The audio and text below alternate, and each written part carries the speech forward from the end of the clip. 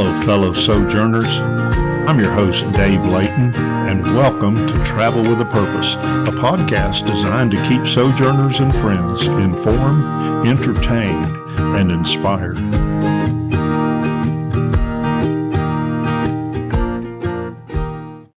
In today's episode, I want to briefly look at some points that can help us as we further the gospel of Christ. I find it remarkable that God placed the responsibility on us to spread the gospel.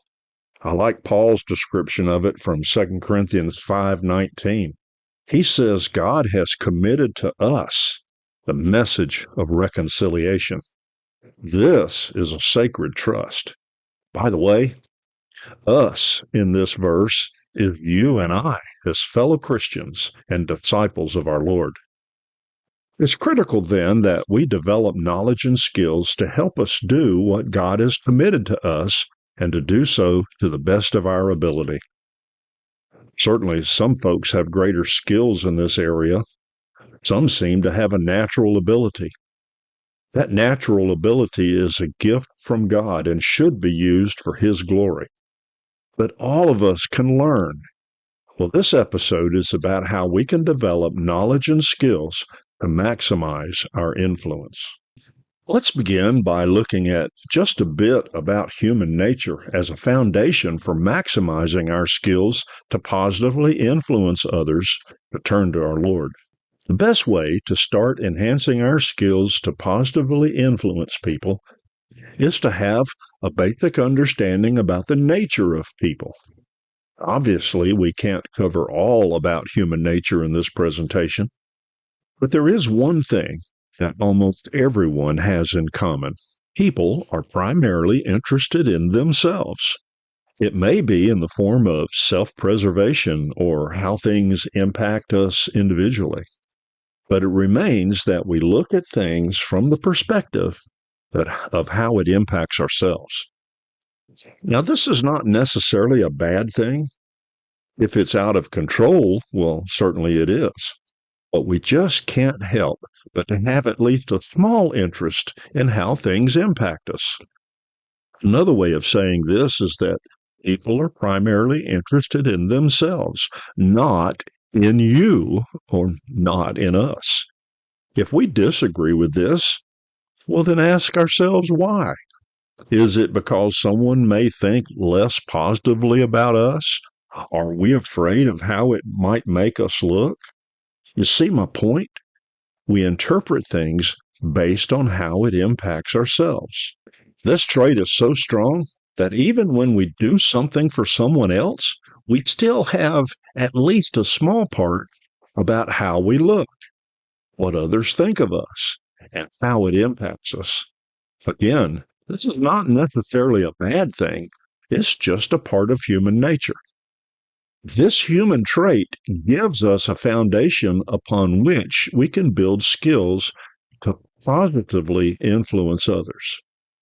It's a powerful tool in carrying out our mission of reconciliation. Well, as we move through the rest of this information, we will see how it relates back to this foundational point. This presentation is all about making a good impression on people so we can positively influence them. We can have a healthy pride in ourselves.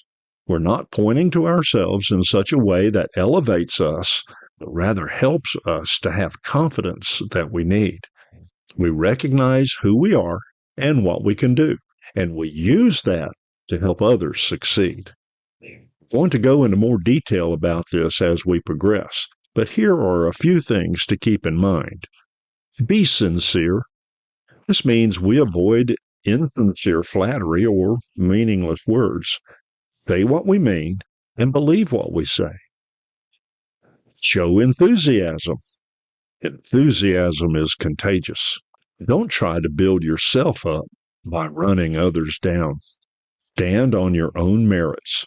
True progress is determined by our own efforts. We don't advance very far stepping over the bodies of the fallen. Running others down to make ourselves look good places the emphasis on them and gives a negative view of us. Another way of looking at this is don't knock anybody or anything. Remember the old saying, if you can't say anything good, then don't say anything at all. Well, let's look now at how we can positively influence people. Place to start positively influencing others is to talk about them. We've already stated that the most important topic for a person to talk about is themselves. Well, let's talk about them. Perhaps the best thing to do is to get people talking about themselves. People would rather talk about themselves than anything else. So if we guide folks into talking about themselves, they'll think highly of us as a communicator.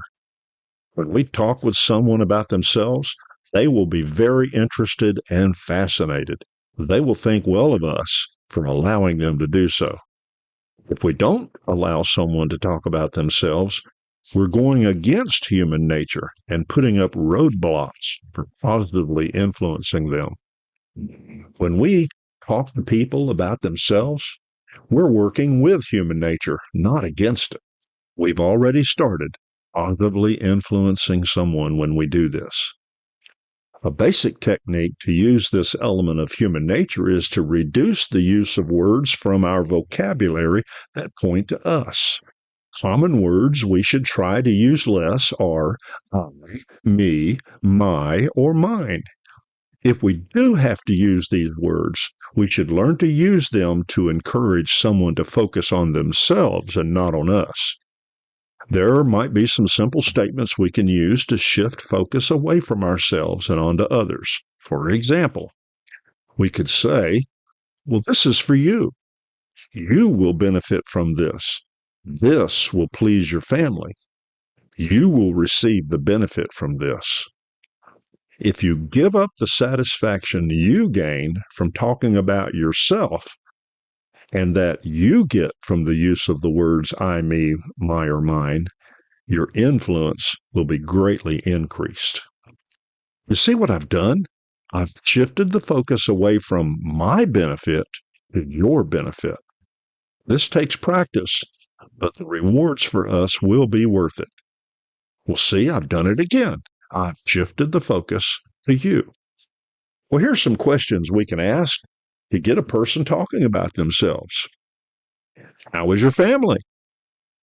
How is your son or daughter doing at school? How long have you lived here? What do you like to do in your spare time? How did you get started in your profession or hobby or mission? Remember, the subject is about them and not about us. It's not as important about how we like our remarks and the subject, but how our listeners like them. So when talking with others, talk about them and get them to talking about themselves. This is how we become very interesting conversationalists. Another point of understanding how to positively influence others is to make others feel important. The desire to make oneself feel important or to be recognized is a strong motivator. It can be used for good or bad, but certainly we want to focus on the good. So the more important we can make a person feel, the more likely they will respond positively to us. Nobody wants to be treated as a nobody. No one wants to be ignored or talked down to. Remember, the other person, he or she is important to himself or herself, just as you are to yourself. Well, here's some ways we can recognize people and show their importance. Well, first of all, listen to them. Now, we're going to look more at the concept of listening later on. But if we refuse to listen to someone, well, that's about the surest way to make someone feel unimportant. On the other hand, listening to someone is the surest way to make him or her feel important. Another thing we can do is recognize and compliment a person. Now, again, we're going to look a little bit more about this later. We should pause before we answer someone. This gives the impression that we're thinking over what they said and that it's worth thinking about. Pay attention to your nonverbal cues while you're doing this. Acknowledge someone that's waiting to see you. If a person must wait, let them know that you know they're waiting. This treats the person like a person of worth. You can do this by simply looking at them and acknowledging their presence. You might say, "Hold on, don't go away. I want to chat with you." Also, pay attention to everyone in the group. Don't just focus on the leader or the spokesperson. A group is more than one, and everyone has something to contribute. To this point, we've talked about how a person's most interesting topic is about themselves. We've also talked about how to make others feel important. Well, let's now look at another way to positively influence someone, and that's how to agree with someone when we might disagree. Anyone can disagree with someone, but it takes wisdom and character to be able to find agreement with someone, especially if there's something we feel that the person is wrong about.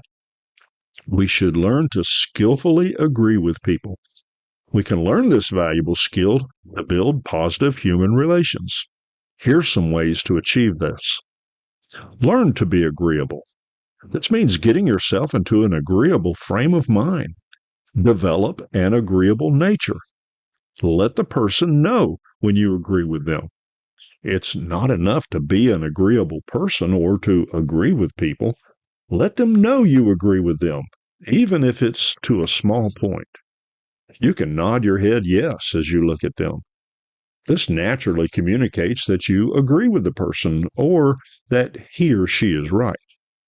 You've now established a common ground upon which to build. If you have to disagree with someone, redirect to a common ground where there is agreement. For example, you might say something like, "I don't agree with you on that point, but you've made a good point about it. Why do you feel that way?" Another thing we can do is to simply admit it when we're wrong. None of us are right about everything. It takes a big person and an honest person to admit our mistakes, but people will admire us for it. The average person might offer excuses, but the exceptional person will admit mistakes and learn from them. Whenever we're wrong, say so out loud. We could say, "I made a mistake. I was wrong. You've given me a better understanding of it." Also, refrain from arguing. Arguing with someone is the poorest human relations technique. Even if we are right, don't argue. No one wins arguments or friends when we argue. Also, handle fighters properly. Some people are just looking for a fight. The better technique is to not fight with them. If you refuse to fight, they'll soon run out of fuel and look silly. We mentioned that one way to make a person feel important is to listen to them. Let's look more now about this point. Listening helps us at all levels of communication. The more we listen, the better communicator we will be. Good listeners wind up far ahead of good talkers and are much more liked. Remember that the most important topic for a person is themselves. Well, being a good listener allows people to hear their favorite speaker, themselves. Listening is an active process. That means that we are actively involved. And I'd like to use the letter ACT to help us remember this, the act of listening.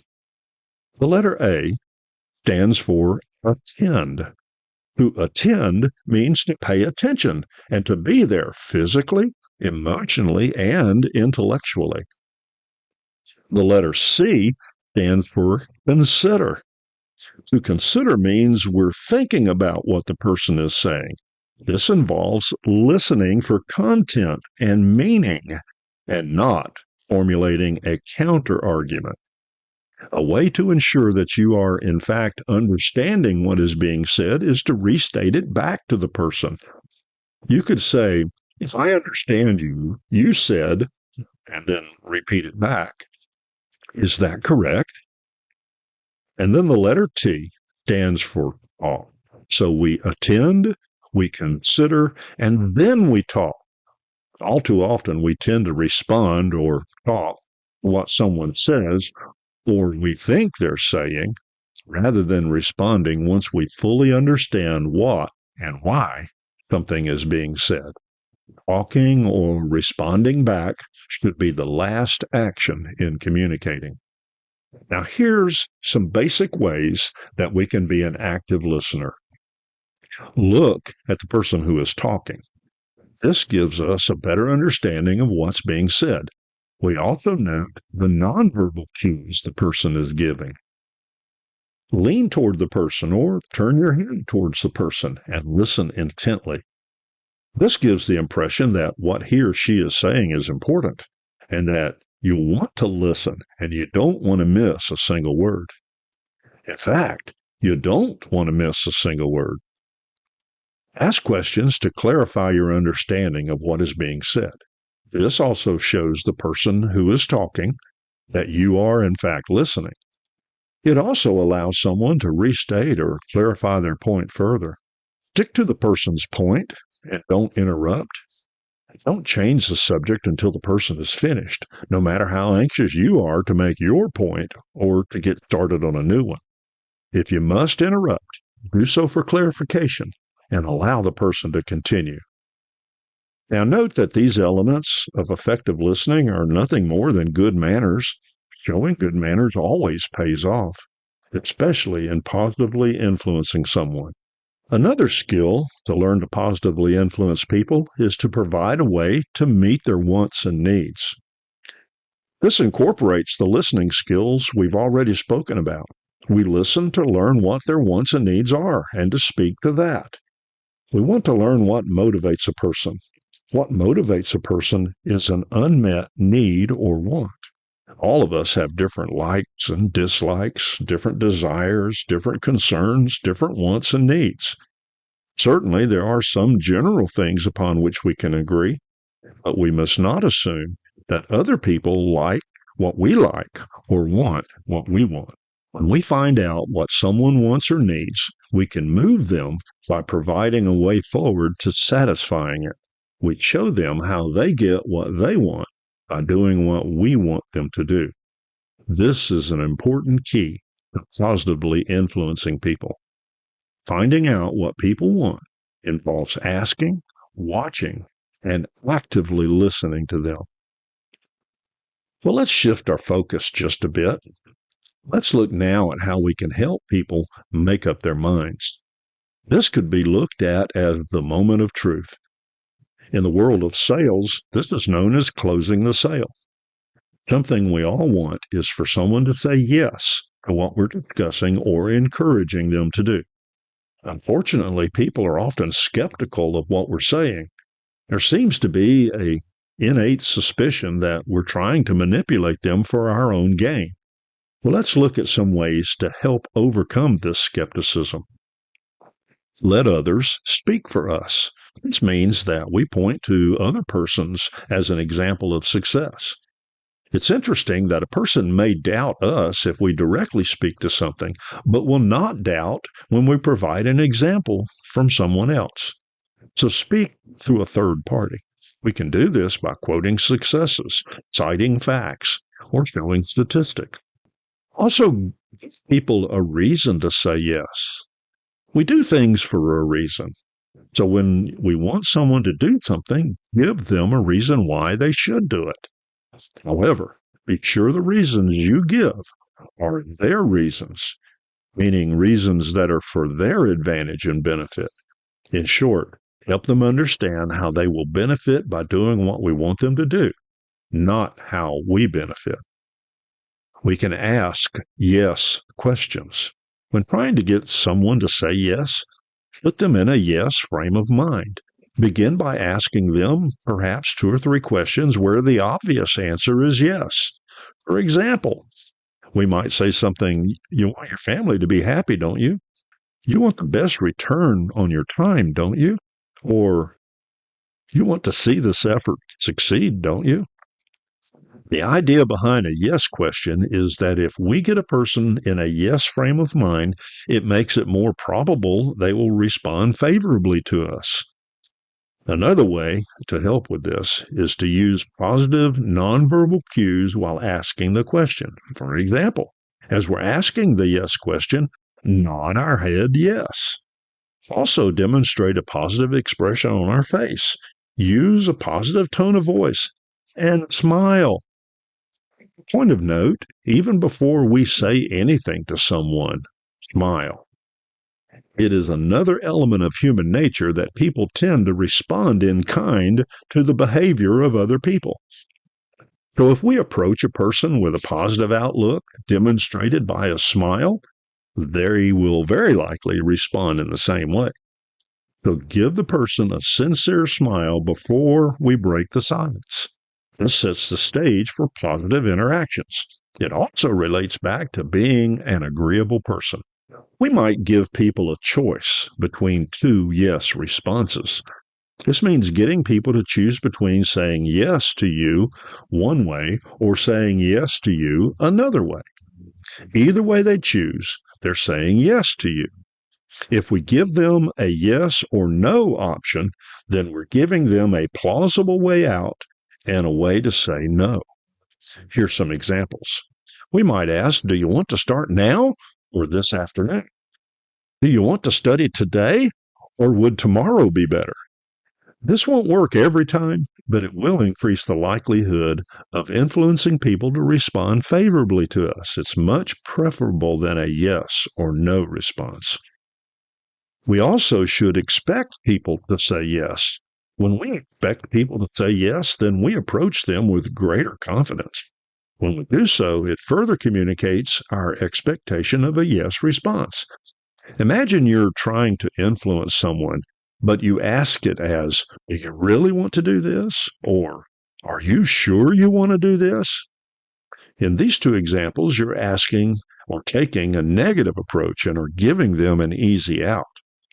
Instead, ask the questions such as, I imagine you really want to do this, or I can clearly see that you're interested in this. Another way to positively influence people is to offer sincere praise and to properly critique. Remember how we feel when a kind word or compliment is given to us? It can brighten our outlook all day. We remember the person for it and say good things about them. Will others react that way also? Here's some things to keep in mind when praising someone. Be generous with praise. Look for somebody and something to praise them, and then do it. Be sincere with your praise. If it isn't sincere, then don't give it. Praise the act and not the person. Praising the act avoids embarrassment or confusion. It also has a more sincere sound to it. Get into the habit of saying something kind to people.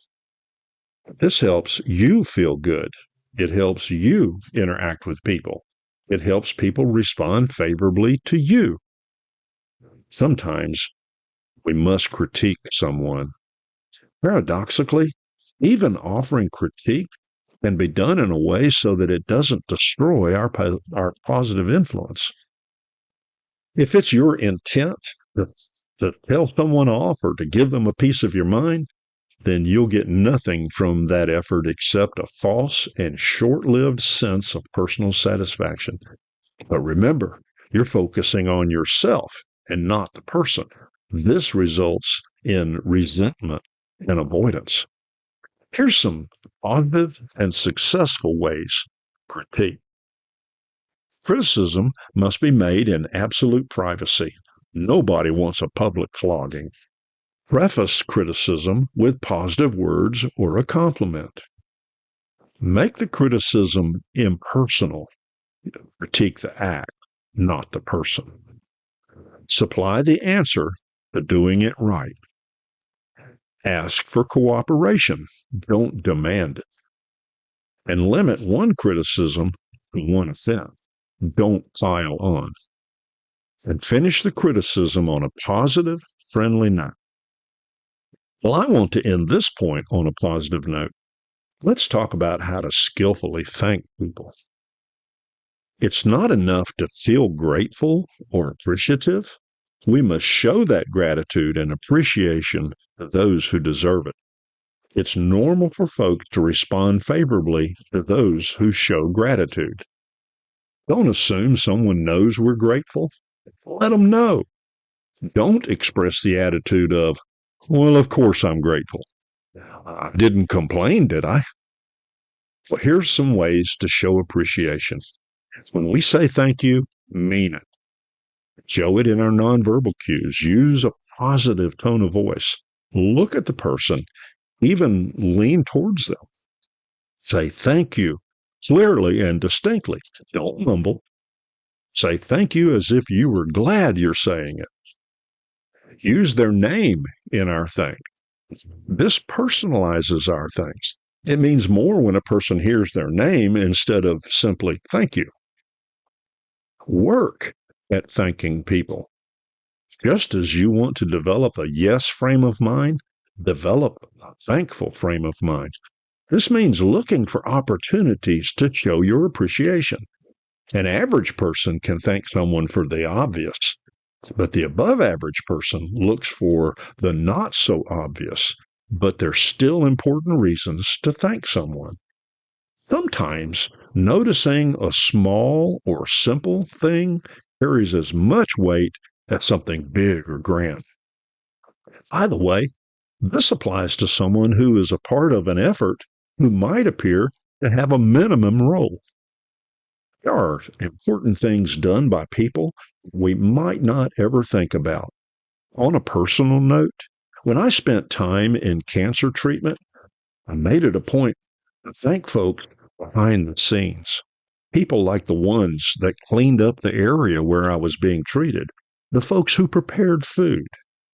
These folks work hard and are worthy of our appreciation.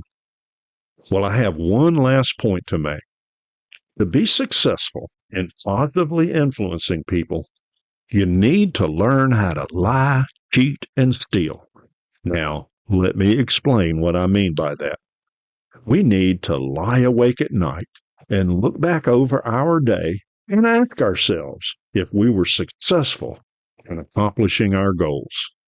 We need to cheat ourselves out of 30 more minutes of planning how we can improve our life and improve others' lives.